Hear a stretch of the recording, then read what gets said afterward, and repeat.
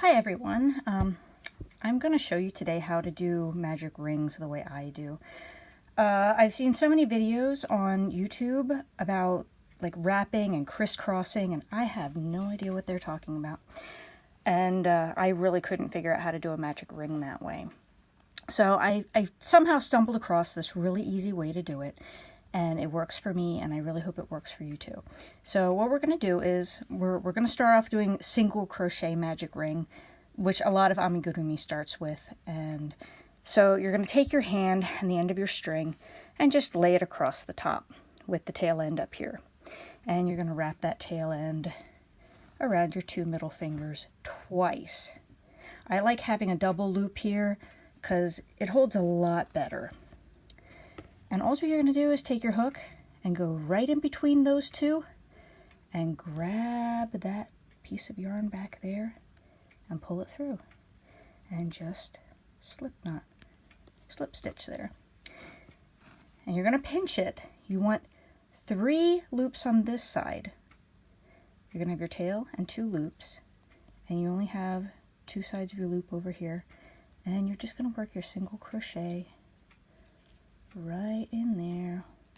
Do 1 single crochet, 2 single crochet, my yarn's a little splitty, 3, 4, my yarn's very splitty, 5, and 6. Okay, now this is where a lot of people start running into trouble. They're like, which loop do I pull? I have no idea what's going on. Okay, get your tail out here and just give it a tug. I usually hold on loosely around where the hook is and just give it a little tug, and one of your loops will get dramatically smaller. That's actually the one you want to pull. You're going to be pulling it out the same end that your tail's coming out of, and again, hold on loosely to all your little single crochets there, and just keep pulling it out and pulling it out, and cinch up that back loop. You've got it nice and tight there, and I like to give it a little wiggle to let all the stitches work evenly around your little circle. And then you take that tail end and pull it out the same way, and you've got a nice and tight magic ring. Then to start your next row, I always use a thread to mark my stitches before I start the next row. So I'm going to throw that in there now. And if you're not sure, you can always count your loops backwards. 1, 2, 3, 4, 5, 6. So that's the one we're going to go in. And usually your first round, yeah, I crochet extremely tight. You got to forgive me for that. Usually your first round is going to be just 6 increases. So I count in, crease, and second one is in,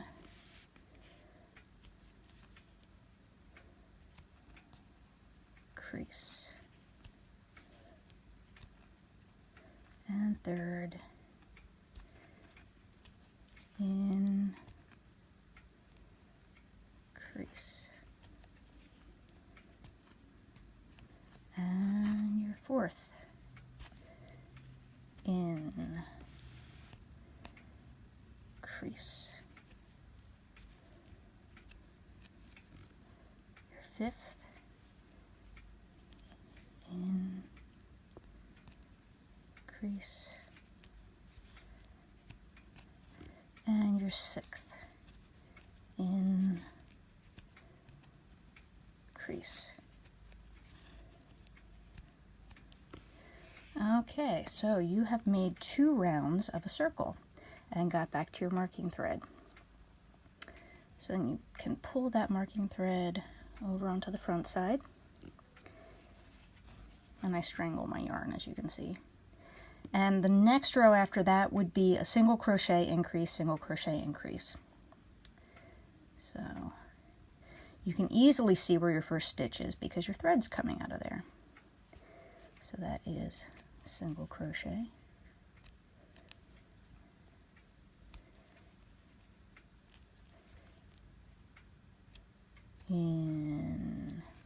increase, single crochet,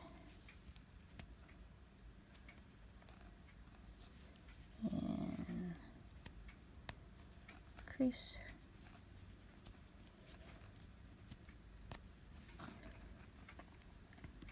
single crochet,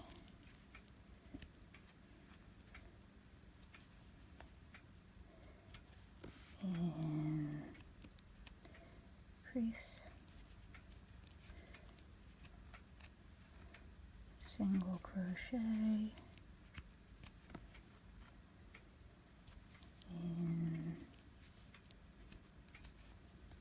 increase, single crochet,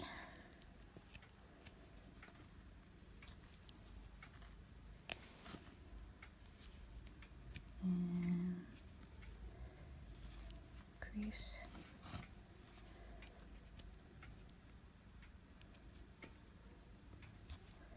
single crochet, and increase. And that brings us right up to our marking thread again.